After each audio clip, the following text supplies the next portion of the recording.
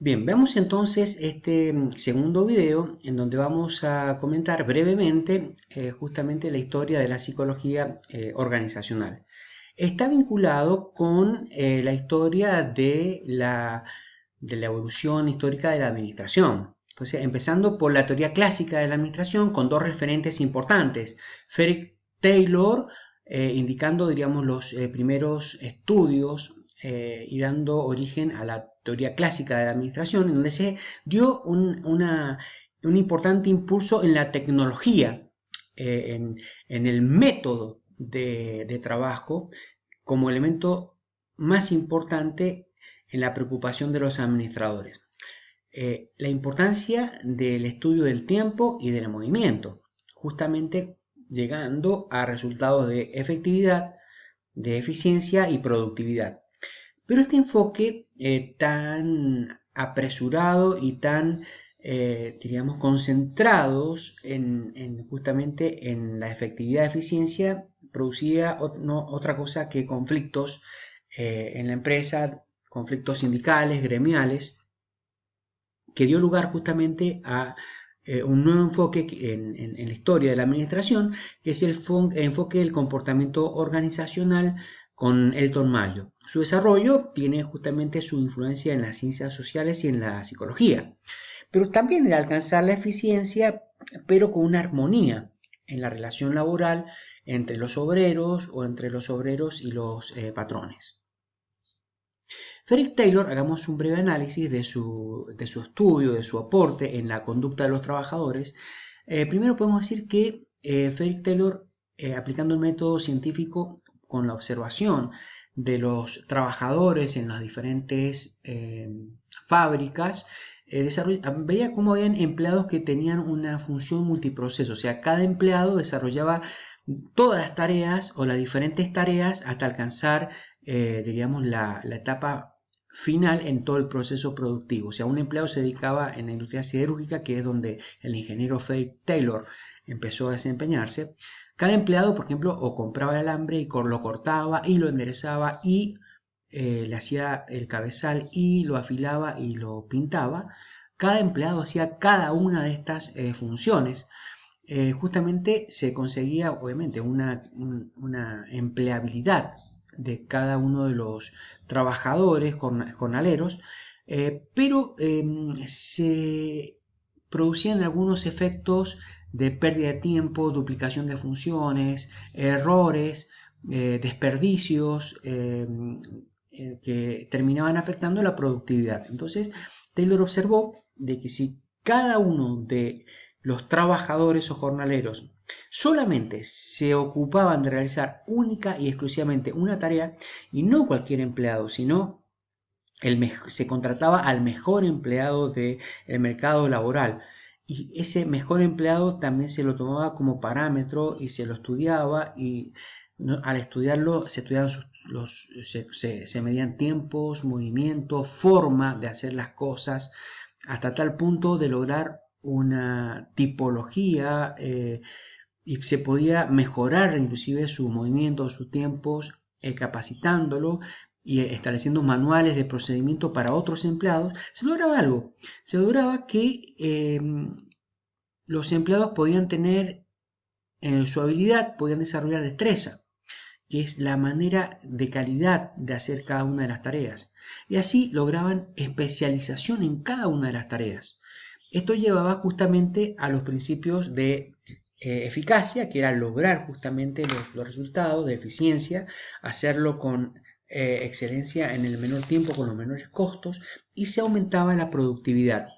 Esta manera de comportamiento de los trabajadores y comportamiento fue uno de los principales elementos y aporte de Frederick Taylor, pero llevó justamente a que el hombre sea considerado en su alta especialización, en su alta detallismo en cuanto a realizar una tarea rutinaria y específica. Está bien, desarrollaba su habilidad y destreza, pero se perdía en cuanto a su propósito, a unir esa tarea con una finalidad global, con una finalidad holística que le permitía eso justamente un sentido en su proceso laboral. Entonces podemos decir que el fenómeno Taylorismo y el fenómeno Fordismo, que es la aplicación de los principios de Taylor, pero llevado a la productividad y llevado a todo el aparataje en el campo industrial, causó algunos temas o algunas consideraciones que vamos a ver. Primero, que Taylor mostró justamente que los obreros en la industria siderúrgica que manipulaban lingotes pesados de hierro podían ser más productivos si tenían algunas pautas en su comportamiento. Por ejemplo, si agarraban los lingotes de hierro de determinada manera, ponían los lingotes y las herramientas en determinados lugares, se sentaban y paraban de determinada forma, si cargaban los lingotes de forma particular, si las herramientas que usaban eran de determinada clase. Bueno, estos elementos llevaron justamente a un aumento de la productividad, de trasladar desde 12 toneladas a 47 toneladas desplazadas por día en lingotes, o sea que la productividad era mayor. Y así se estudió cada uno de los procesos. Pero cada empleado no se lo consideraba en sí, sino que se consideraba su productividad. Entonces, esa productividad que lleva un esfuerzo y un trabajo prolongado, parte del colaborador, parte del trabajador, el jornalero, se llegó a pensar justamente de que los empleadores eran conceptualizados como explotadores e inhumanos, lo que llevaba justamente a conflictos sindicales, gremiales y demás. No había una relevancia en cuanto al conocimiento o experiencia y aporte del trabajador en el desarrollo de las funciones, sino que esto terminó racionalizando al máximo esa intervención humana, despojándola de todo aporte intelectual y cognitivo. Se considera solamente su trabajo, su aporte a la condición de productividad y a la destreza que podía desempeñar, no a los aportes de mejorar y a la consideración de esos aportes como algo fundamental en la organización. Durante la economía industrial, el trabajo fue subordinado a la organización técnica de la producción, en la que el trabajador realizaba un número de tareas muy simples, rutinarias y repetitivas. La excesiva preocupación por la rapidez, los tiempos y los movimientos llevaron a la fatiga, al agotamiento, y se tocó techo en el incremento de la productividad. Bueno, todos estos elementos dieron lugar a un estudio que nace, diríamos, en otros enfoques al lugar de las ciencias sociales. Pero vamos a considerar ahora los aportes de otro diríamos, intelectual en el área de la psicología organizacional, que es Walter D. Scott, que dio sus aportes en la psicología organizacional, aportando sus ideas desde el punto de vista de la psicología de los negocios con respecto a la influencia en el campo de la motivación y productividad. Sentó muchas bases en la psicología de la publicidad, los principios actuales de los recursos humanos, y también acerca de la eficiencia humana, las tácticas como la imitación, la competencia, la lealtad y la concentración. Sus aportes se encuentran en los libros de la teoría de la publicidad en el año 1903 y trata temas como la sugestión, la argumentación y los métodos de influenciar a la gente. Bueno, fue uno de los primeros impulsores en los estudios de la psicología organizacional. Pero vamos ahora a acentuar nuestro enfoque, un breve comentario acerca de Elton Mayo y sus estudios en la fábrica Western Electric Company en Hawthorne, estableciendo justamente el modelo de comportamiento organizacional con 3 enfoques fundamentales: importancia en aspectos psicológicos, de la comunicación y la importancia que tienen los grupos informales. Se determinó justamente en estos estudios la influencia de las actitudes, las relaciones sociales de los grupos de trabajo en el desempeño, el sentido de pertenencia y la motivación, la dinámica de grupo. Estos son los elementos que estuvo estudiando justamente Elton Mayo. Estos estudios en Hawthorne permitieron reconocer una variedad amplia de comportamientos humanos en el lugar de trabajo de los cuales antes no se tenía conciencia.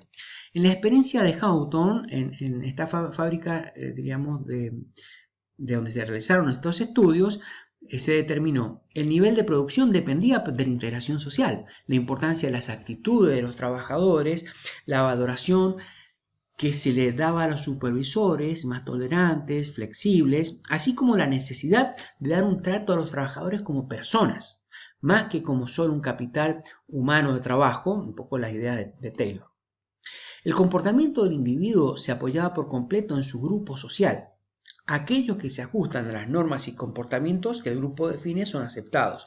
Aquellos que no se ajustan a estos patrones no son aceptados. Esto es un tema de cultura, o sea, de cultura inclusive de elementos de símbolos y de pertenencia a un grupo determinado. O sea, estamos hablando de elementos que estudia la psicología organizacional que ya fueron incorporados por Elton Mayo en la experiencia de Hawthorne. También la existencia de grupos formales o informales fueron observados en sus análisis. Los grupos informales definen sus propias reglas del comportamiento y sus propios objetivos. Los trabajos repetitivos y monótonos afectan de forma negativa la actitud del trabajador y por lo tanto reducen la eficiencia. Entonces, lo que Taylor había propuesto en lograr eficiencia a través de la destreza en tareas repetitivas son de alguna manera desmentidas o son refutadas por los estudios de Hawthorne, de Elton Mayo. El hombre no es motivado solo por estímulos económicos y materiales y salariales, sino que también existen recompensas sociales simbólicas y no materiales. Entonces hay una diferencia entre la teoría clásica y la teoría de las relaciones humanas en la administración, mientras que la teoría clásica trata a la organización como una máquina, estudia a las personas, las relaciones humanas, mientras que la teoría clásica hace énfasis en las tareas y en la tecnología, en las ciencias humanas lo hace en los sistemas de la psicología, en el énfasis en las personas. Mientras existe una autoridad centralizada en la clásica, se delega la autoridad en las relaciones humanas. Mientras existen líneas claras de autoridad en la teoría clásica, se le da autonomía al trabajador. Mientras que en la clásica existe especialización y competencia técnica, existe confianza y apertura en la teoría de las relaciones humanas. Mientras existe una acentuada división de trabajo y tarea en la teoría clásica, en la teoría de las relaciones humanas hay un énfasis en las relaciones humanas y en los empleados. Hay confianza en las personas y hay una dinámica y una importancia en la consideración de la dinámica grupal o interpersonal, más que en la confianza en los reglamentos y en los manuales de procedimientos estipulados por la teoría clásica. También es importante considerar la influencia de cómo se desempeñó la psicología o la organizacional en las guerras, siempre las guerras sirviendo como un impulso en todo el campo científico. Especialmente porque se estudiaba en la Primera Guerra Mundial usar, a los reclutas más atentos, más rápidos, más inteligentes y también algunos atributos para asignarlo a tareas más propicias. Y en la Segunda Guerra Mundial se le dio de alguna manera a lo que es psicología organizacional como un carácter de ciencia, como un elemento importante para el estudio. De allí nace justamente la división de psicología industrial y organizacional. De la mano de la nueva era de la información y del conocimiento, también viene el cambio en la concepción del trabajo. Hoy en día es entendido como el aporte para lograr los objetivos de la organización. La metodología actual en el análisis del trabajo, más que preocuparse por las tareas, se centra en descifrar y establecer cuál es el aporte del trabajador al logro de los objetivos de la organización. Las empresas competitivas aplican estrategias que pasan por la modernización, aplanamiento y simplificación de las estructuras organizativas. Introducen mejoras tecnológicas y reconocen la importancia de disponer talento humano para alcanzar los objetivos. O sea, actualmente la psicología organizacional tiene en cuenta justamente procesos de cambios en estos fenómenos o en estos procesos organizacionales. Las estructuras ya se han achatado, dando empoderamiento a las personas que se desempeñan en diferentes tareas. Pero estas personas tienen que ser altamente competitivas, con un grado de cambio en estos fenómenos psíquicos y conductuales. Lograr resultados hoy en día es, el desafío más importante en ejecutar las tareas. Entonces, las empresas talentosas, competitivas, buscan a personas talentosas. Para lograr resultados, el trabajador competente debe movilizar sus conocimientos, habilidades, destrezas y experiencias. La capacitación y reconocimiento del saber del trabajador tienen un gran valor para la empresa. Una empresa competente busca a trabajadores competentes.